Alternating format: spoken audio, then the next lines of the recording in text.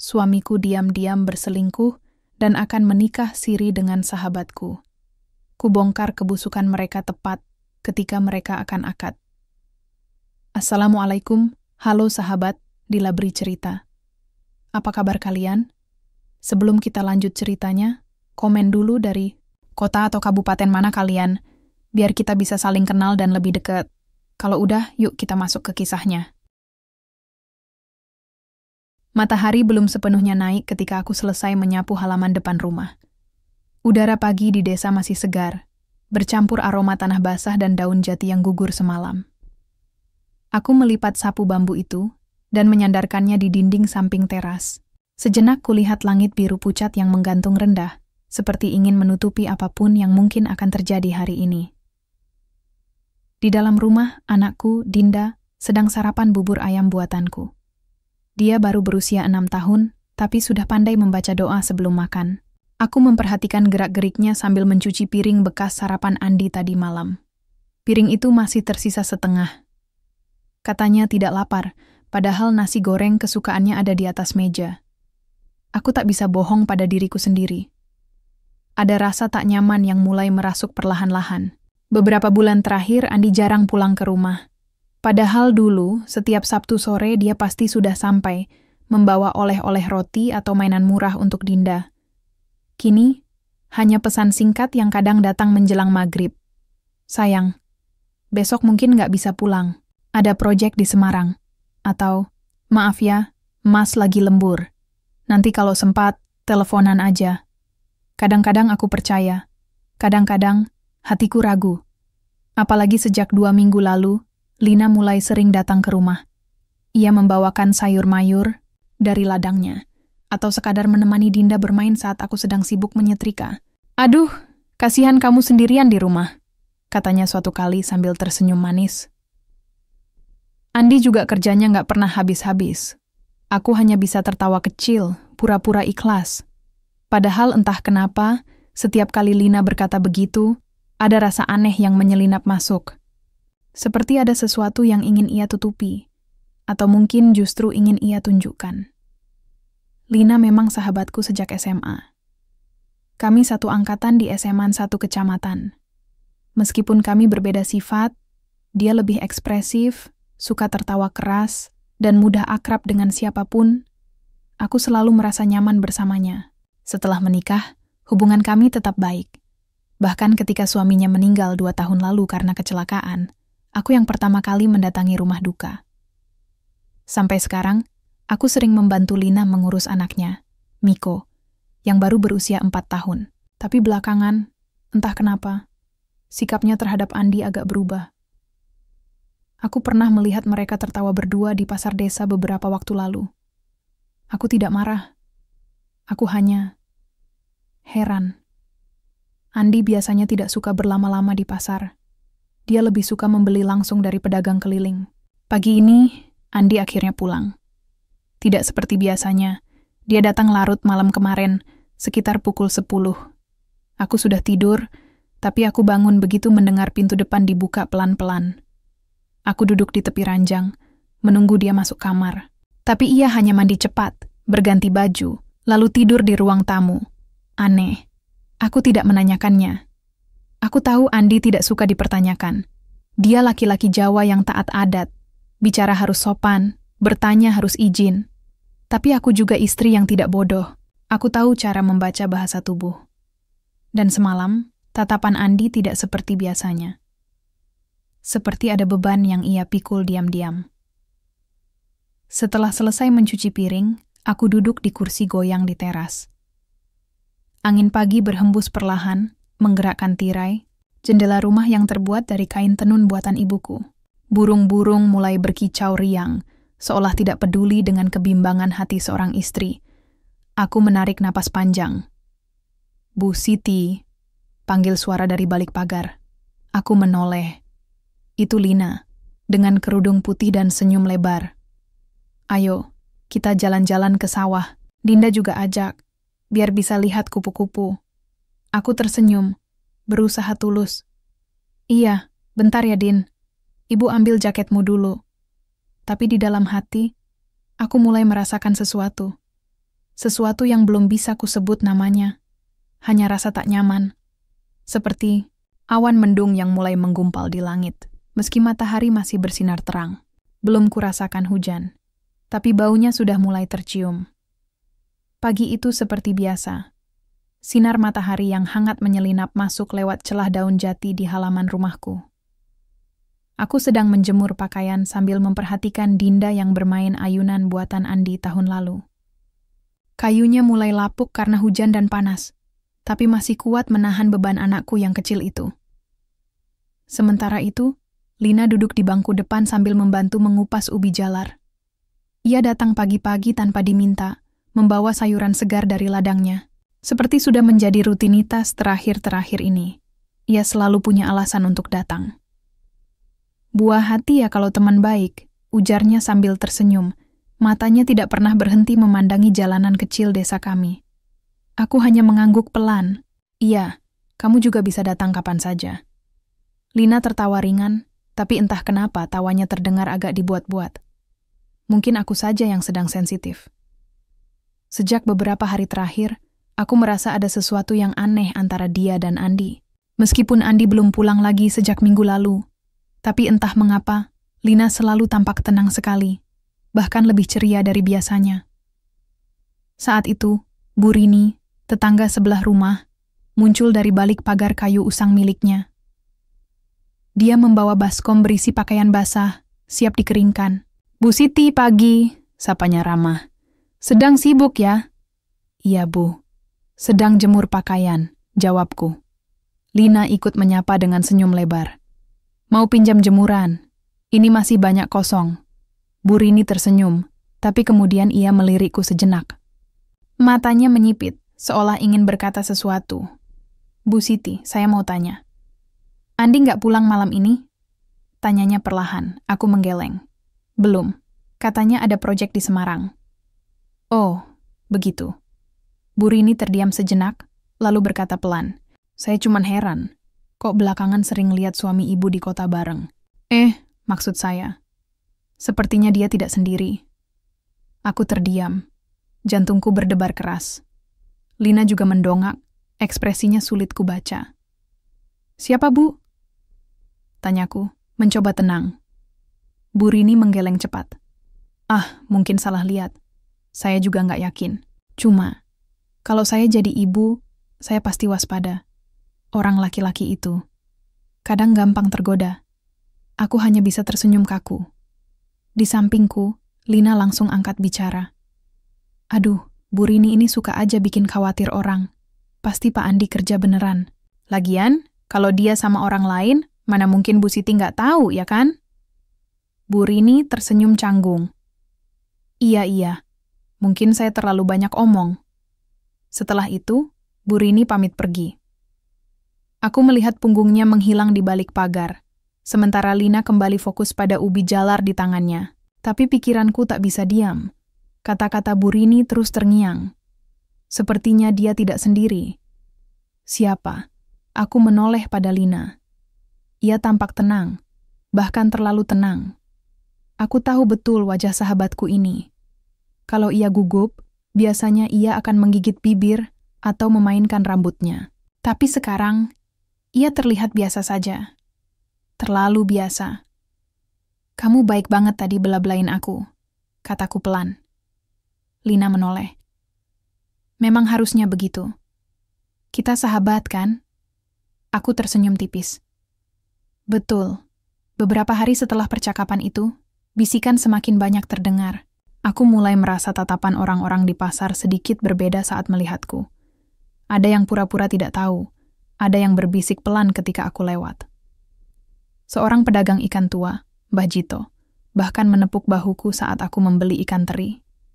"Jaga-jaga, Nak Siti. Suami orang kota itu mudah terbawa arus. Kalau bisa, cari tahu dulu sebelum disakiti." Aku terkejut. "Maksud Mbah?" Ia menggeleng pelan. "Cari tahu sendiri, nanti juga tahu." Aku pulang dengan kepala berat. Aku mencoba bersikap normal di depan Dinda. Tapi malam itu, aku menangis diam-diam di kamar mandi. Air mataku jatuh satu persatu, mengalir bersama air bilasan rambutku. Andi belum pulang, masih belum. Aku mulai mencari tahu. Mulai bertanya-tanya pada sopir angkot yang biasa melewati rute kota, pada penjual nasi di stasiun bus, bahkan pada tukang ojek langganan Andi. Dan akhirnya, aku mendapat informasi. Ada orang yang melihat Andi di sebuah warung kopi di kota, duduk berdua dengan seorang wanita berkerudung putih. Wanita itu mirip sekali dengan sahabatku, Lina. Aku tidak langsung marahi mereka. Aku tidak langsung konfrontasi. Aku hanya menyimpan semua rasa itu rapat-rapat. Seperti biji padi yang baru dipanen, masih hijau, tapi bisa menjadi racun jika tidak dirawat dengan benar. Dalam diam, aku mulai mencari cara. Bagaimana caranya agar aku bisa tahu kebenaran? Benarkah Andi berselingkuh? Benarkah Lina bersamanya? Dan yang lebih penting, kenapa? Hari itu, Andi akhirnya pulang. Pukul 8 malam. Seperti biasa, ia datang dengan wajah lelah dan aroma rokok yang menempel di bajunya. Aku menyambutnya seperti biasa, memberinya minuman jahe hangat dan menyiapkan makan malam. Tapi kali ini, aku tidak bertanya apakah ia lembur atau tidak. Aku biarkan ia bercerita sendiri. Dan seperti biasa, ia bercerita tentang proyek besar di Semarang. Tentang rekan kerjanya yang sombong. Tentang kontraktor yang suka telat bayar. Aku mendengarkan dengan sabar. Tapi di dalam hatiku, pertanyaan itu terus berputar. Apakah kamu jujur padaku, Andi? Aku tidak bisa tidur malam itu. Setelah Andi pulang, ia langsung mandi dan masuk ke kamar. Aku menyusul beberapa menit kemudian, pura-pura lelah agar tidak terlihat curiga. Dinda sudah tertidur di kamarnya yang sempit. Hanya dipisahkan oleh gorden, tipis. Di luar, angin berhembus perlahan, membawa suara daun jati yang bergesekan satu sama lain seperti bisikan tak berujung. Aku memandangi punggung Andi yang menghadap ke dinding. Napasnya tenang. Tapi aku tahu, hatinya mungkin tidak sedang tenang-tenang saja. Pagi tadi, saat ia melepas sandal di depan pintu, HP-nya jatuh dari saku celana. Ia buru-buru mengambilnya, tapi tidak sebelum aku melihat notifikasi chat yang muncul di layar. Kapan kita ketemu lagi? Aku kangen. Aku diam saja. Tidak bereaksi. Tapi di dalam hati, rasa penasaran dan amarah mulai bercampur. Aku ingin tahu siapa pengirim pesan itu. Dan aku yakin, jawabannya ada di dalam ponsel Andi. Saat jarum jam menunjukkan pukul 2 pagi, aku memutuskan untuk bangun pelan-pelan. Aku pastikan napas Andi masih teratur. Ia benar-benar tertidur lelap. Aku meraba-raba saku celana yang digantung di kursi kayu dekat ranjang. Ponselnya masih di sana. Aku ambil dengan tangan gemetar. Aku nyalakan layar. Kunci pola. 5 titik. Aku tahu betul cara menggambar pola itu. Sama seperti tahun lalu, saat kami masih saling percaya. Layar terbuka. Aku mulai membuka aplikasi pesan instan yang biasa ia gunakan. Riwayat obrolan terakhir cukup banyak, tapi satu nama membuat jantungku berdebar keras. Lina chat terakhir dari Lina bertuliskan, "Besok kamu bisa datang ke rumah. Miko lagi nggak di rumah. Kita bisa bicara lebih santai." Aku gulung ke atas. Chat mereka ternyata sudah berjalan lama. Lebih dari sebulan. Bahkan ada foto-foto mereka berdua, di warung kopi, di pinggir sawah, bahkan di dalam mobil. Aku rasakan dadaku sesak. Air mata hampir keluar, tapi aku tahan. Aku harus kuat. Aku tidak boleh gegabah. Kalau mereka tahu, aku tahu. Mereka akan sembunyi. Lebih dalam lagi, aku lanjutkan menyelidiki. Di folder dokumen, ada file PDF yang mencurigakan. Judulnya, Surat Nikah Siri, Draft. Aku buka. Isinya tentang rencana akad nikah siri antara Andi dan Lina. Tempatnya di sebuah musyalah kecil di luar desa. Hanya dihadiri beberapa orang saksi. Waktunya, 2 minggu lagi. Aku tutup ponsel itu cepat. Jantungku berdetak seperti drum perang. Dunia terasa goyah. Aku letakkan kembali ponsel Andi ke tempatnya. Aku berusaha tenang. Walaupun rasanya ingin menjerit, sekeras-kerasnya hari-hari setelah itu aku berpura-pura biasa. Tidak ada perubahan sikap. Aku tetap tersenyum pada Andi. tetap memberinya bekal kalau ia pergi ke kota. Aku juga tetap ramah pada Lina, meskipun tiap kali melihat wajahnya, aku ingin menamparnya. Tapi aku tidak marahi mereka. Belum saatnya. Aku harus tahu lebih banyak. Apa tujuan mereka sebenarnya? Kenapa Andi rela menyakiti istri sendiri? Dan kenapa Lina, sahabatku, tega melakukan ini? Aku mulai menyusun rencana. Setiap hari aku pergi ke warnet di ujung desa. Aku belajar cara menyimpan data, cara menyadap chat, walau hanya sedikit, dan cara menyembunyikan bukti digital. Aku juga menyimpan semua screenshot chat mereka, termasuk surat nikah siri itu, di flash disk kecil milik ibuku. Aku juga mulai menjaga jarak dengan Lina. Tapi tidak sepenuhnya. Aku masih menerima kunjungannya, masih melayani obrolannya, tapi aku mulai lebih waspada. Suatu sore, Lina datang lagi. Seperti biasa, ia membawa camilan untuk Dinda. "Kamu kok agak pendiam akhir-akhir? Ini?" tanyanya sambil tersenyum. Aku balas senyumnya. "Iya, mungkin capek, lagi banyak kerjaan." "Oh iya," katanya. "Andi bilang dia mau pulang besok. Katanya ada rencana penting." Aku pura-pura heran. "Rencana apa?" Lina tersenyum samar. "Nggak tahu, dia cuma bilang, ada hal besar yang mau dibicarakan sama kamu." "Aku tahu." "Maksudnya?" "Rencana nikah sirinya." Aku mengangguk pelan. "Oh, iya, besok aku tunggu." Malam itu aku menangis diam-diam di kamar mandi. Tapi air mata itu bukan karena putus asa. Ini air mata penentuan. Aku sudah punya semua bukti, dan aku akan hadir di acara nikah siri mereka. Bukan sebagai korban, tapi sebagai pembongkar aib. Aku mulai memasang jebakan kecil-kecilan. Setelah menemukan bukti chat dan rencana nikah siri antara Andi dan Lina, aku tidak langsung bertindak gegabah. Aku tahu, kalau aku salah langkah, mereka bisa saja menghilang atau bahkan berpura-pura tidak tahu apa-apa. Aku harus pastikan semuanya terbongkar dengan sempurna. Karena itu, aku mulai mengamati mereka secara diam-diam. Menyimpan setiap kata yang mereka ucapkan. Mencatat setiap gerak-gerik yang mencurigakan. Pagi itu, seperti biasa, Andi pamit pergi ke kota. Ia bilang, ada pekerjaan mendadak di Semarang. Besok malam baru pulang, katanya sambil merapikan jaketnya. Aku tersenyum, manis. Iya, hati-hati di jalan. Padahal di dalam hati aku tahu, dia tidak akan ke Semarang. Dia akan menemui Lina. Beberapa jam setelah Andi pergi, Lina datang ke rumah. "Hai, kamu sendirian?" Sapanya riang seperti biasa. "Iya, Andi kerja di luar kota hari ini," jawabku datar. "Oh, ya udah, aku bawain nasi kuning dari pasar. Buat makan siang kamu sama Dinda." Aku menerima nasi itu dengan senyum tipis. "Makasih, kamu baik sekali." Lina duduk di kursi goyang depan rumah. Aku ikut duduk di sebelahnya. Kedengarannya seperti obrolan biasa, tapi aku memperhatikan betul ekspresi wajahnya. "Ada sesuatu yang aneh. Kamu nggak capek bolak-balik ke sini terus?" tanyaku pelan. Lina tertawa kecil. "Ngapain capek? Ini kan rumah sahabatku. Lagian kamu juga nggak pernah marahin aku kan?" Aku tersenyum lagi. "Nggak pernah. Tapi di dalam hati, aku ingin sekali menegur keras." "Sahabat? Kamu menyebut dirimu sahabat?" Setelah Lina pulang, aku memutuskan untuk melakukan sesuatu yang belum pernah aku lakukan sebelumnya.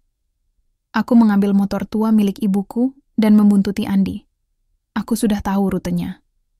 Setiap kali ia pergi ke kota, ia selalu melewati jalur yang sama. Jalur yang membuatnya bisa sampai ke daerah pinggiran desa tetangga, tempat Lina sering berkumpul dengan teman-temannya. Aku mengendarai motor dengan mantel panjang dan kerudung tebal, agar tidak mudah dikenali. Aku memarkir motor di belakang warung nasi yang biasa menjadi tempat istirahat para sopir angkot. Dan benar saja, tidak sampai setengah jam menunggu, aku melihat Andi datang. Ia parkir di halaman sebuah toko kelontong kecil. Di dalam, duduk Lina. Mereka saling pandang, lalu tersenyum. Aku rasakan dadaku sesak. Aku menyembunyikan diriku di balik pohon besar di dekat toko. Dari sana, aku bisa melihat segalanya. Andi memesan minuman, lalu duduk di bangku kayu bersama Lina. Mereka bicara pelan, tapi dari gerak-geriknya, jelas sekali mereka sedang mesra-mesraan. Aku ingin pergi, ingin menutup mata. Tapi aku tahan. Aku harus lihat semua ini. Aku harus yakin. Setelah beberapa menit, mereka berdiri dan pergi ke arah gang sempit di belakang toko. Aku tahu gang itu menuju ke area kos-kosan murah. Tempat pasangan yang tidak ingin ketahuan bisa menyewa kamar tanpa identitas. Aku tidak mengikuti mereka masuk. Cukup dari luar saja. Aku tahu apa yang akan terjadi. Aku duduk di motor, menunggu hampir 2 jam. Hingga akhirnya, mereka keluar. Rambut Lina sedikit berantakan. Andi tampak tenang, bahkan puas. Aku menyalakan motor dan pulang, tanpa suara. Malam itu, Andi pulang seperti biasa. Jam 8. Seperti tidak pernah pergi kemana-mana. Kamu nggak capek kerja seharian? Tanyaku sambil menyodorkan teh hangat. Capek, tapi masih bisa dihandle. Jawabnya santai. Aku duduk di seberangnya, memandang matanya. Mencoba membaca apakah ia merasa bersalah. Tapi tidak ada penyesalan di sana. Hanya ketenangan palsu. Aku tersenyum. Kalau besok libur, kamu mau ajak Dinda jalan-jalan ke pasar? Andi mengangguk cepat. Iya, pasti. Nanti kita cari mainan buat dia. Aku mengangguk juga. Iya. Tapi di dalam hati, aku hanya bisa berkata, kamu pikir aku bodoh, Andi? Kamu pikir aku tidak tahu semua yang kamu lakukan? Tapi biar saja.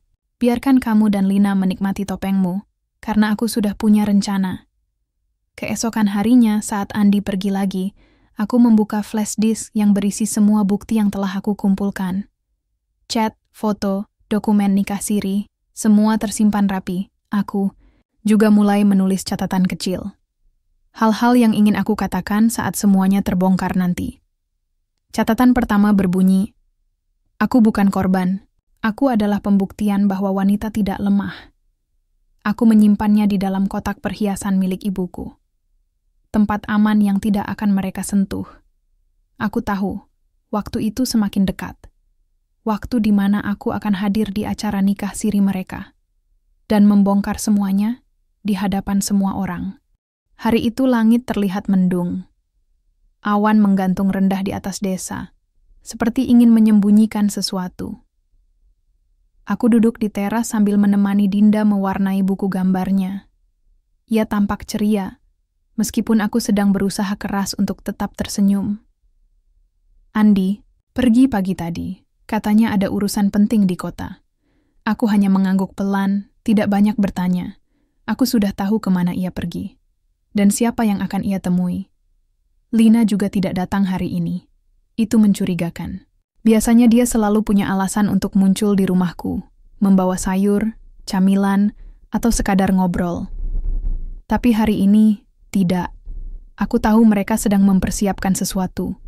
Dan aku benar. 2 hari menjelang rencana nikah siri mereka, aku mendapat informasi tambahan dari salah satu saksi yang direkrut secara diam-diam oleh Andi. Seorang pria tua bernama Pak Maman, mantan tetangga yang tinggal di ujung desa. Aku pura-pura bertamu ke rumahnya untuk membeli telur ayam kampung. Bu Siti ya? Sapanya ramah saat membuka pintu. Iya Pak, saya dengar telur ibu bagus, kataku sambil tersenyum. Kami duduk di kursi plastik depan rumah. Ia menuangkan teh hangat sambil bercerita tentang anak-anaknya yang mulai besar. Aku ikut tertawa pada tempatnya, tapi pikiranku tetap fokus. Setelah beberapa menit obrolan ringan, aku mulai menyelipkan pertanyaan. Pak, saya dengar-dengar Anda mau jadi saksi nikah siri orang. Pak Maman langsung kaget. Siapa bilang? Aku tersenyum tipis. Saya dengar dari penjual nasi di pasar. Katanya, besok Anda akan ke musyalah di belakang sawah. Wajah Pak Maman berubah. Ia tampak gugup. Sebenarnya, itu rahasia, Bu. Cuma untuk acara keluarga kecil saja. Aku mengangguk. Saya nggak akan ngomong ke siapa-siapa. Cuman penasaran aja, siapa yang nikah. Pak Maman ragu-ragu, tapi akhirnya berkata pelan. Pak Andi sama Bu Lina, mereka minta tolong saya sebagai Saksi. Aku menahan napas. Apa tujuan nikah sirinya, Pak? Ia menggeleng. Nggak tahu, cuma disuruh datang, dibayar, lalu tanda tangan surat. Mereka bilang cuma formalitas biar aman kalau suatu hari nanti resmi. Aku mengerti maksudnya. Mereka ingin punya dasar hukum agama jika suatu hari nanti Andi resmi menceraikanku dan menikahi Lina. Terima kasih, Pak, kataku sambil berdiri. Saya nggak akan ganggu lagi. Pak Maman mengantarku sampai pagar. Aku pamit pulang dengan senyum di wajah, padahal hatiku hancur. Malam itu, aku tidak bisa tidur. Aku duduk di lantai kayu kamar, membuka flash disk yang berisi semua bukti. Chat, foto, dokumen, termasuk nama-nama saksi yang akan hadir. Aku harus pastikan semuanya siap, karena besok aku akan pergi ke musyala itu untuk membongkar segalanya. Aku menyiapkan pakaian rapi, menyetrika jilbab putihku, memastikan HP-ku penuh baterai untuk merekam momen-momen penting. Aku juga membuat catatan pendek yang akan aku bacakan saat semuanya dimulai. Aku bukan wanita lemah yang akan menangis dan memohon cinta. Aku istri yang setia, tapi tidak bodoh. Dan aku akan tunjukkan bahwa keadilan itu nyata. Besok pagi, Andi pergi lebih awal dari biasanya. Ia bahkan belum sempat sarapan. Kamu buru-buru? Tanyaku tenang. Iya, ada hal penting. Jawabnya tanpa menatap mataku. Aku hanya mengangguk. Iya, hati-hati. Setelah ia pergi, aku mandi dan bersiap. Aku meninggalkan Dinda di rumah ibuku. Aku tidak ingin ia melihat apa yang akan terjadi hari ini. Aku naiki motor tua milik ibuku, menuju musyala kecil di pinggir sawah. Tempat yang sepi, jarang digunakan selain untuk pengajian bulanan. Tapi hari ini menjadi tempat dua orang berkhianat. Aku parkir motor cukup jauh agar tidak ketahuan. Aku masuk dari sisi belakang musyala yang tidak dikunci. Di dalam, suasana sudah mulai ramai. Ada 5 orang saksi, termasuk Pak Maman. Di pojok, Lina duduk dengan jilbab cantik warna biru muda. Ia terlihat cantik, bahkan agak gemetar. Di seberangnya, Andi duduk dengan wajah tenang. Sepertinya yakin tidak ada yang akan mengganggu hari ini. Imam sudah siap di tengah, surat nikah siri tergeletak di meja kecil. Aku menunggu di balik tirai, menahan napas. Aku menunggu detik-detik sebelum ijab kabul, dan tepat saat imam akan membacakan ijab, aku maju, berhenti. Suara itu keluar dari mulutku. Semua mata berpaling. Padaku, Andi terkejut. Lina terperanjat. Dan para saksi mulai saling pandang. Aku melangkah maju, kepala tegak. Jangan lanjutkan ini, kataku tegas. Andi bangkit berdiri. Siti, kamu gimana bisa di sini? Aku tidak menjawab. Aku angkat HP-ku. Ini semua sudah aku rekam. Chat kalian, foto kalian, dokumen nikah ini, semua bukti sudah aku simpan. Aku lihat ekspresi. Lina mulai berubah. Ia mulai panik. Kalian berdua sudah merencanakan ini diam-diam. Mengkhianati rumah tangga. Mengkhianati persahabatan.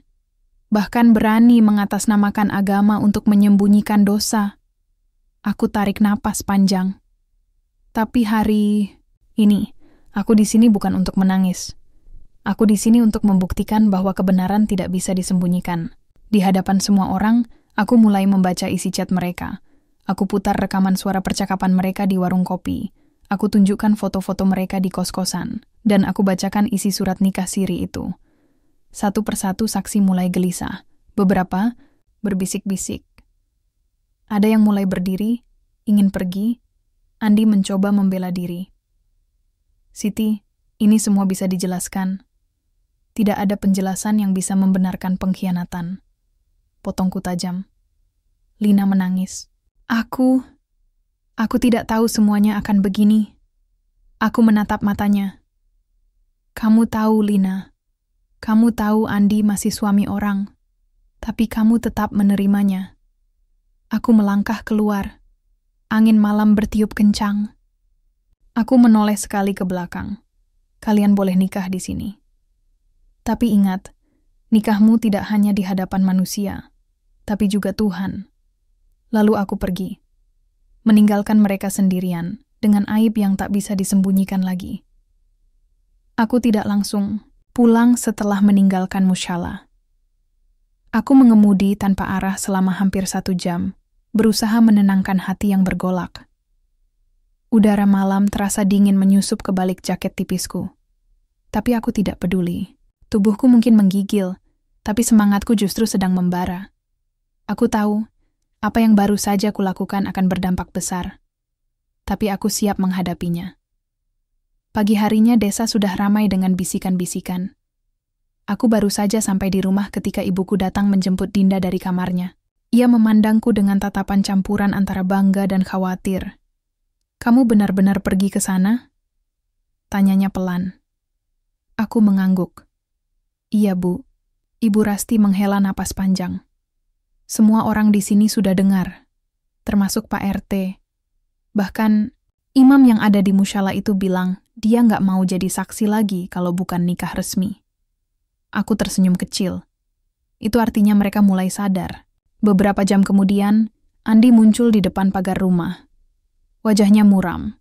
Pakaian rapi yang ia kenakan tadi malam masih belum diganti. Ia tampak letih, bahkan seperti tidak tidur semalaman. Aku sedang menyiram bunga di halaman depan saat melihatnya berdiri diam di luar pagar. Aku tidak buru-buru membukakan pintu. Aku biarkan ia menunggu. Akhirnya, aku berjalan pelan ke arahnya. "Ada apa?" tanyaku tenang. Andi menatapku, matanya berkaca-kaca. "Siti, kamu nggak bisa begini. Kamu bikin kami malu di depan semua orang."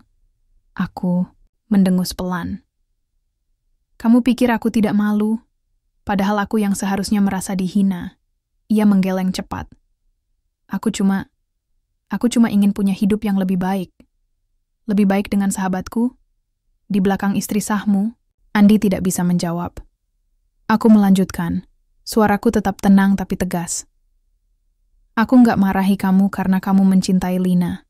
Tapi aku marah karena kamu berbohong. Karena kamu pura-pura sayang, padahal sudah merencanakan semua ini diam-diam." Andi menunduk. "Aku minta maaf, Siti." Aku tersenyum samar. "Maaf tidak cukup, Andi. Maaf tidak bisa mengembalikan kepercayaan yang sudah pecah." Beberapa hari setelah insiden itu, Lina datang ke rumah. Ia tidak membawa camilan atau sayuran kali ini. Ia hanya datang sendiri, dengan wajah pucat dan mata. Sembab, ia duduk di kursi goyang di teras, sementara aku membuatkan teh hangat. Aku minta maaf, Sid," ujarnya pelan. Aku meletakkan cangkir teh di atas meja. "Kenapa kamu lakukan ini, Lin?" Lina menangis. Aku tidak tahu harus bagaimana lagi. Aku kesepian. Suami aku udah meninggal. Aku lihat Andi baik ke aku. Aku kira dia juga butuh kasih sayang. Aku menatap matanya. Tapi kamu tahu dia masih suami orang. Kamu tahu aku istri dia. Lina menggeleng-nyeleng cepat. Aku nggak tahu kalau dia sudah rencanakan nikah siri. Aku pikir kita cuma saling nyaman. Sampai kemarin, aku baru tahu ternyata dia udah atur semuanya sendiri. Aku tarik napas panjang. "Jadi kamu korban juga?" Lina mengangguk pelan. "Iya." Aku merasa bodoh. Aku merasa hancur. Semua orang di desa mulai ngomong jelek tentang aku. Aku nggak bisa keluar rumah tanpa takut dilihatin.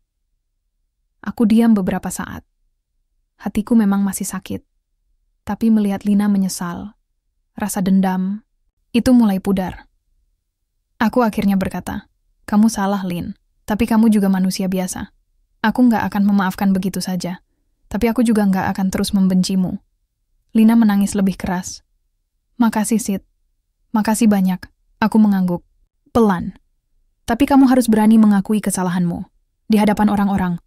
Supaya mereka tahu, kamu bukan wanita licik yang merebut suami orang. Tapi korban dari lelaki yang tidak bertanggung jawab." Hari itu, Lina ikut bersamaku ke masjid desa. Kami berdua naik panggung pengajian sore, dan di hadapan ibu-ibu yang biasa berkumpul, Lina membacakan permohonan maafnya. Ia akui bahwa ia telah terlibat hubungan gelap dengan Andi. Ia akui bahwa ia menyesal dan tidak akan mengulangi kesalahan itu. ia juga katakan bahwa Andi adalah pihak yang memulai semuanya. Reaksi, masyarakat mulai berubah. Beberapa ibu mulai simpati pada Lina. Dan lambat laun, tekanan sosial mulai beralih ke Andi. Beberapa minggu setelahnya, Andi pindah dari desa. Ia tidak pamit secara resmi. Hanya meninggalkan surat pendek di kotak posku. Aku pergi untuk memperbaiki diri. Aku tahu aku salah. Maafkan aku. Aku membacanya sekali, lalu menyimpannya di dalam laci. Aku tidak akan pernah membacanya lagi. Aku ambil flash disk yang berisi semua bukti dan menyimpannya di brankas milik ibuku. Bukan sebagai senjata, tapi sebagai kenangan.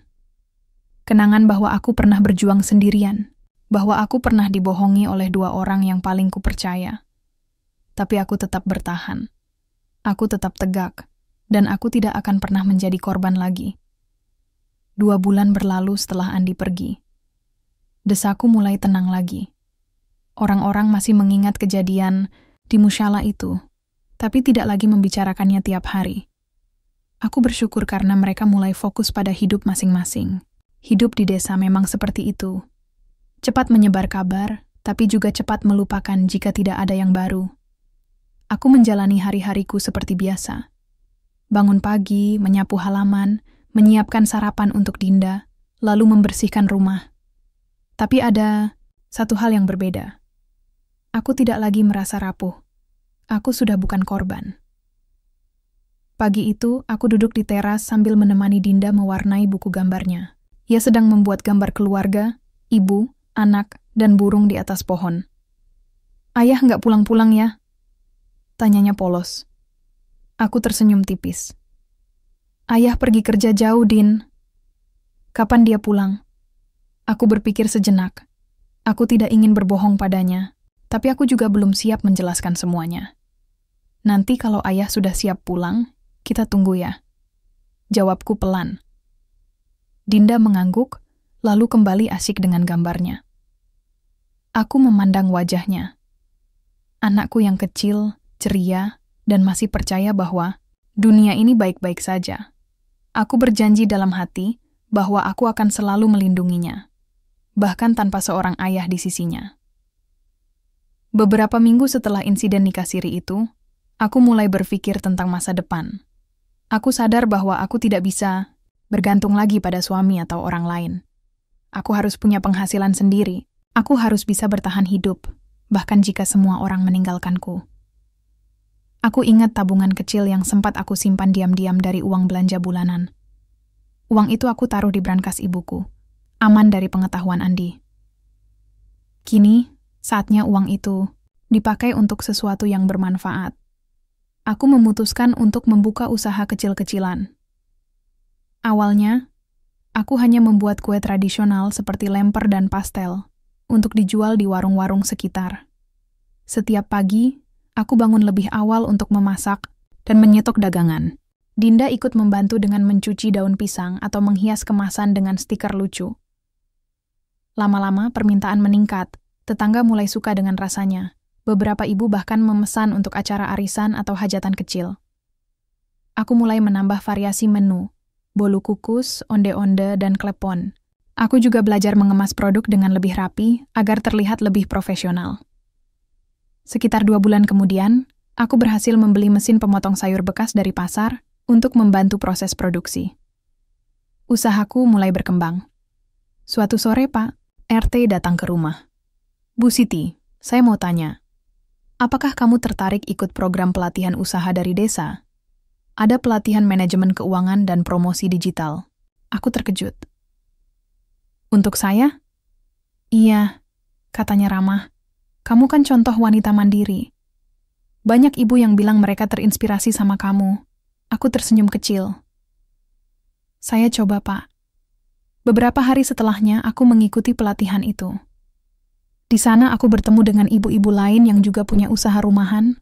Kami saling berbagi ide, pengalaman, dan strategi pemasaran.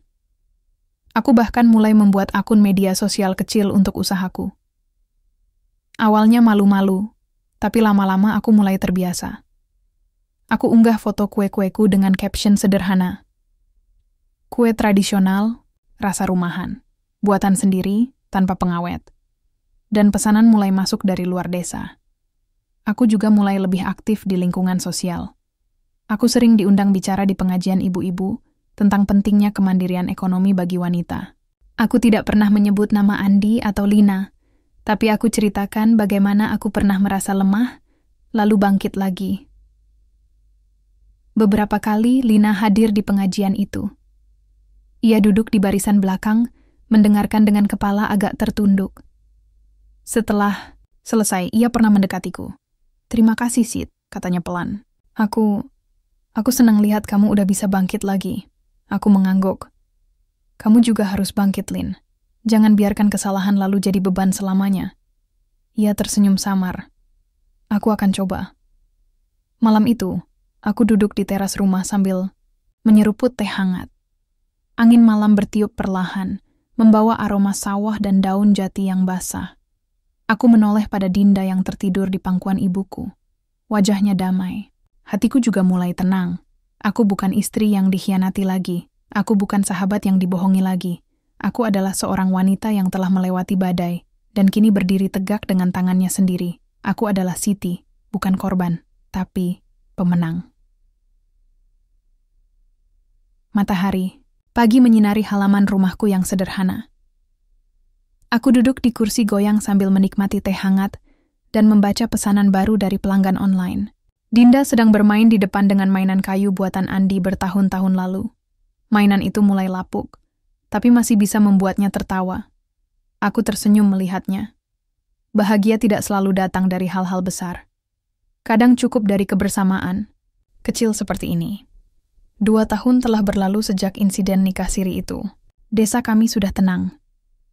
Orang-orang sudah jarang membicarakan masa laluku. Mereka lebih fokus pada kehidupan masing-masing. Aku pun begitu. Aku tidak pernah lagi mendengar kabar dari Andi.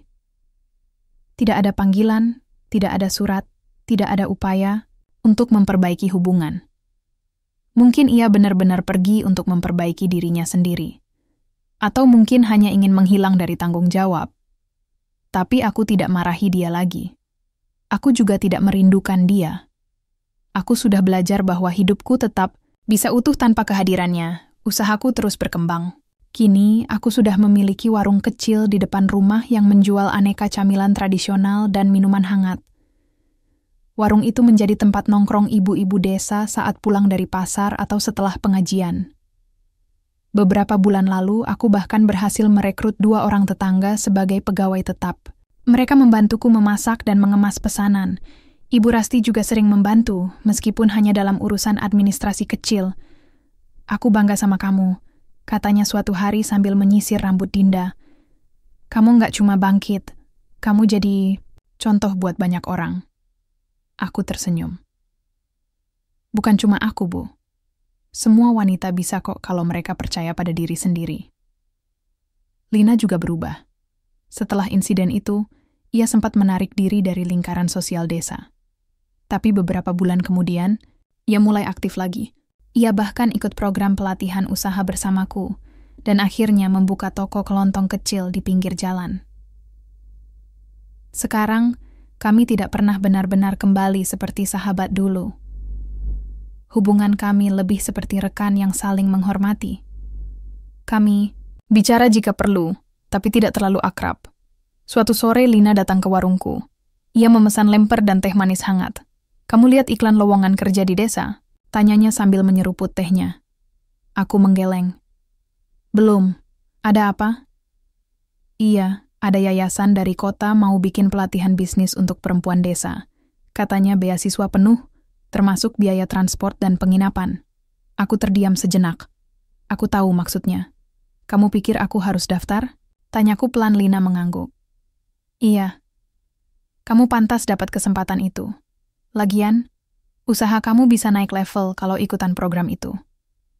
Aku menatap matanya. Untuk pertama kali, aku melihat ketulusan di sana. Bukan kepura-puraan. Bukan dusta. Aku tersenyum. "Iya, mungkin aku coba." Hari itu, aku mengirimkan aplikasi pelatihan tersebut. 3 minggu kemudian, aku menerima konfirmasi bahwa aku lolos seleksi. Pelatihan akan dilangsungkan selama 1 bulan di Yogyakarta.